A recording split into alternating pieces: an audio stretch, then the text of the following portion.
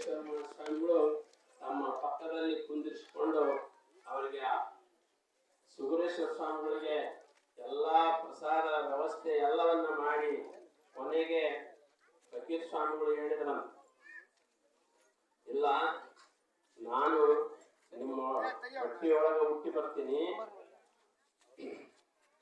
ಅವ್ರಿಗೆ ಫಕೀರ್ ಸ್ವಾಮಿ ಅಂತ ಹೆಸರಿಡಂದ್ರು. ಅವಾಗ ಆಯ್ತು ಅಂತೇಳಿ ಫಕೀರೇಶ್ವರಲ್ಲಿ ಆಯ್ತು ಅಂತೇಳಿ ಬೇಡ್ಕೊಂಡು ಬರ್ಬೇಕಂತ ಸಂದರ್ಭದೊಳಗ ಅವರ ತಲೆಯ ಮೇಲೆ ಇರುವಂತ ಪಟಕವನ್ನ ಸುಗೂರ್ ಸ್ವಾಮಿಗಳ ಕೈಗೆ ಕೊಡ್ತಾರ. ಅವಾಗ ಅವರು ಸುಗೂರ್ ಸ್ವಾಮಿಗಳು ಆ ಪೇಟವನ್ನ ಶ್ರೀಮಠಕ್ಕೆ ತಂದು ಅವ್ರ ಹೊಟ್ಟೆಯಲ್ಲಿ ಹುಟ್ಟಿದಂತ ಇಬ್ಬರು ಮಕ್ಕಳು ಫಕೀರ್ ಸ್ವಾಮಿ ವೀರಭದ್ರ ಸ್ವಾಮಿ ಅಂತ ಅವಾಗ ಅವರ ತಲೆಯ ಮೇಲೆ ಇಟ್ಟು ನಾಮಕರಣ ಮಾಡಿದ್ರಂತೆ. ಅವತ್ತಿನಿಂದ ಇವತ್ತಿನವರೆಗೂ ಈ ಸಂಪ್ರದಾಯ ಇಲ್ಲಿ ನಡ್ಕೊಂಡು ಬರ್ತಾ ಇದೆ. ಅದೇ ರೀತಿ ಈ ಒಂದು ಪುರಾಣ ಪುಣ್ಯಕಥೆಗಳನ್ನು ಹಚ್ಚುವುದರಿಂದ ನಮ್ಮ ಮನಸ್ಸು ಪರಿಶುದ್ಧ ಆಗ್ತದ. ಮನುಷ್ಯನ ಜೀವನವನ್ನ ಎಷ್ಟೋ ಒಂದು ಕಷ್ಟಗಳು ಮನುಷ್ಯನಿಗೆ ಬರುವುದು ಜಾಸ್ತಿ, ಬೇರೆ ಎದಕ್ಕೂ ಬರುವುದಿಲ್ಲ.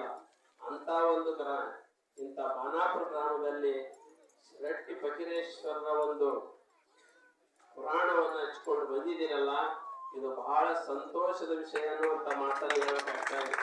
ಅದಕ್ಕಾಗಿ ಒಬ್ಬ ಸುಭಾಷಿತಗಾರ ಒಂದು ಮಾತನ್ನ ಹೇಳ್ತಾನ, ಮನುಷ್ಯ ಹಾರುವುದನ್ನ ಕಲಿತಾ, ಮನುಷ್ಯ ಈಜುವುದನ್ನ ಕಲಿತಾ, ಆದ್ರೆ ಮನುಷ್ಯ ಮಾನವೀಯ ಗುಣಗಳನ್ನು ಬೆಳೆಸಿಕೊಳ್ಳೋದಿಲ್ಲ.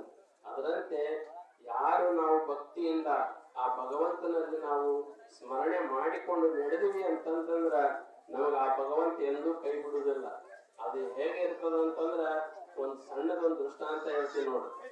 ಅದು ಯಾವ್ದು ಅಂತಂದ್ರ ಒಂದ್ಸಾರಿ ಒಬ್ಬ ಬಾಲಕ ಏನ್ ಮಾಡಿದ್ನಂತಂದ್ರ 7ನೇ ತರಗತಿ ಓದ್ತಿದ್ದ. ಅವನು ಮನೆಯೊಳಗ ತಂದೆ ತಾಯಿಗಳ ಮಾತನ್ನ ಕೇಳ್ತಿರ್ಲಿಲ್ಲ. ಆ ಹುಡುಗ ಎಷ್ಟು ಸಾರಿ ಹೇಳ್ತಿದ್ನು, ತಾಯಿ ಬಡದು ಹೇಳಿದ್ರು ಸಹ ಆ ಮಗು ಸ್ನಾನ ಮಾಡಿಂದ ಹೋಗಿ ಇವತ್ತೇ ಹಚ್ಕೋ, ಕುಂಕುಮ ಹಚ್ಕೋ, ದೇವರಲ್ಲಿ ಬೇಡ್ಕೊ ಅಂತಂದ್ರ ಆ ಮಗ ತಾಯಿಯ ಮಾತನ್ನ ನಿರಾಕರಿಸ್ತಿದ್ದ, ತಂದೆಯ ಮಾತನ್ನು ನಿರಾಕರಿಸ್ತಿದ್ನಂತ. ಒಂದ್ಸಾರಿ ಏನಾಯ್ತು ಅಂತಂದ್ರ ವಾರ್ಷಿಕ ಪರೀಕ್ಷೆ ಅನ್ನುವಂಥದ್ದು ಬಂತವನಿಗೆ. ಆಗಿನ ಕಾಲದಲ್ಲಿ 7ನೇ ತರಗತಿ ಓದ್ಬೇಕಾದ್ರ ವಾರ್ಷಿಕ ಪರೀಕ್ಷೆ ಅಂತಿತ್ತು, ಸರ್ಕಾರದವರು ನಡೆಸ್ತಿದ್ರು ಅದನ್ನ. ಆ ಸಂದರ್ಭದೊಳಗ ಆ ಮಗು ಏನಾಯ್ತು ಅಂತಂದ್ರ ಒಂದೊಂದಾಗಿ ಪ್ರಶ್ನೆಯನ್ನ ಬರ್ಕೋತ ಬರ್ತಾ ಇದ್ದ. ಗಣಿತ ಬರ್ದ, ಸಮಾಜ ಬರ್ದ, ಎಲ್ಲವನ್ನು ಬರೆದು ಕೊನೆಗೆ ಸಮಾಜ ಪರೀಕ್ಷೆದೊಳಗ ಬರೆಯುವಂತ ಸಂದರ್ಭದೊಳಗ ಅವನಿಗೆ ಒಂದು ಪ್ರಶ್ನೆ ಬಹಳ ಸಮಸ್ಯೆ ಆಯ್ತು ಅವನಿಗೆ. ಅದು ಯಾವುದು ಅಂತಂದ್ರ ನಮ್ಮ ಕರ್ನಾಟಕ ರಾಜಧಾನಿ ಯಾವುದು ಅಂತೇಳಿ ಬಿಟ್ಟ ಸ್ಥಳ ತುಂಬ್ರಿ ಅಂತ ಹೇಳಿದ್ರಂತ. ಅವಾಗ ಆ ಮಗು ಏನ್ ಮಾಡಿತು ಅಂತಂದ್ರ ಅಲ್ಲಿ 3 ಊರು ಹೆಸರುಗಳನ್ನ ಕೊಟ್ಟಿದ್ರಂತ. ಒಂದು ಮುಂಬೈ, ಒಂದು ದೆಹಲಿ, ಬೆಂಗಳೂರು ಅಂತಂದ್ರೆ. ಆ ಹುಡುಗ ಏನ್ ಮಾಡಿದ್ನು ಅಂತಂದ್ರ ಎಷ್ಟೊತ್ತು ಎಕರ್ಲಾಡಿದ್ರೆ ಅವನಿಗೆ ನಮ್ಮ ಕರ್ನಾಟಕ ರಾಜಧಾನಿ ಯಾವ್ದಂತ ಅವ್ನಿಗೆ ಹೊಳಿಲೇ ಇಲ್ಲ. ಆಯ್ತು ಏನಾದ್ರೂ ಯಾಕಾಗ್ಲಿ ಅಂತೇಳಿ ಮನಸ್ಸು ತನಗೆ ತಿಳಿದ ಹಾಗೆ ದೆಹಲಿ ಅಂತೇಳಿ ಬರೆದು ಬಂದ್ಬಿಡ್ತಾನ. ಬಂದು ಮನೆಯಲ್ಲಿ ಬಂದು ಪಠ್ಯ ಪುಸ್ತಕವನ್ನ ತೆಗೆದು ನೋಡ್ತಾನ, ಅಲ್ಲಿ ಕರ್ನಾಟಕ ರಾಜಧಾನಿ ಬೆಂಗಳೂರು ಅಂತ ಪ್ರಿಂಟ್ ಆಗಿದೆ. ಅದನ್ನ ಆಮೇಲೆ ಆ ಪುಸ್ತಕವನ್ನು ಮಡಚಿಡ್ತಾನ, ಇಟ್ಟು ದೇವ್ರ ಮನೆಗೆ ಹೋಗ್ತಾನ.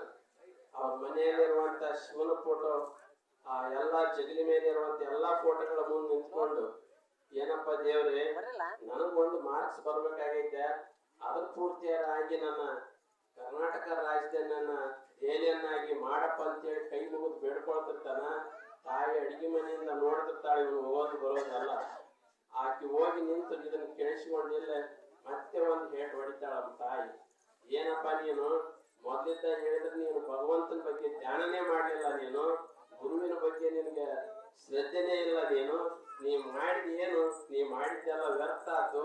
ಅದಕ್ಕಾಗಿ ನೀನು ಈ ರೀತಿ ಹೇಳಿದ್ರೆ ನಿನಗೆ ಹೆಂಗ್ ಭಗವಂತ ಒಲಿತಾನ, ನೀವೊಂದು ಮಾರ್ಕ್ಸ್ ಬರ್ಬೇಕಾಗೈತೆ, ನಾನು ಮಾಡಂದ್ರೆ ಹೆಂಗ್ ಮಾಡಕ್ ಸಾಧ್ಯ ಆಗುತ್ತೆ? ಇದೆಲ್ಲ ತಪ್ಪು. ಮೊದ್ಲಿದ್ದ ನಾವು ಭಕ್ತಿಯಿಂದ ಗುರುವಿನಲ್ಲಿ ಶ್ರದ್ಧೆಯನ್ನಿಟ್ಟು ಇಂಥ ಪುರಾಣ ಪುಣ್ಯಕಥೆಗಳಲ್ಲಿ ನಮ್ಮನ್ನ ನಾವು ತೊಡಗಿಸಿಕೊಂಡು ಆ ಗುರು ಹಾಕಿಕೊಟ್ಟಂತ ಮಾರ್ಗದಲ್ಲಿ ನಾವೆಲ್ಲರೂ ನಡೆದಿದ್ದೆ ಆದ್ರೆ ಇದು ಒಂದು ಭೂ ಕೈಲಾಸ ಆಗ್ಲಿಕ್ಕೆ ಸಾಧ್ಯ ಅನ್ನುವಂತ ಮಾತನ್ನ ಹೇಳಿ ಈ ಕಾರ್ಯಕ್ರಮ ಕೊಡ್ತಾ ಇದ್ದೀವಿ.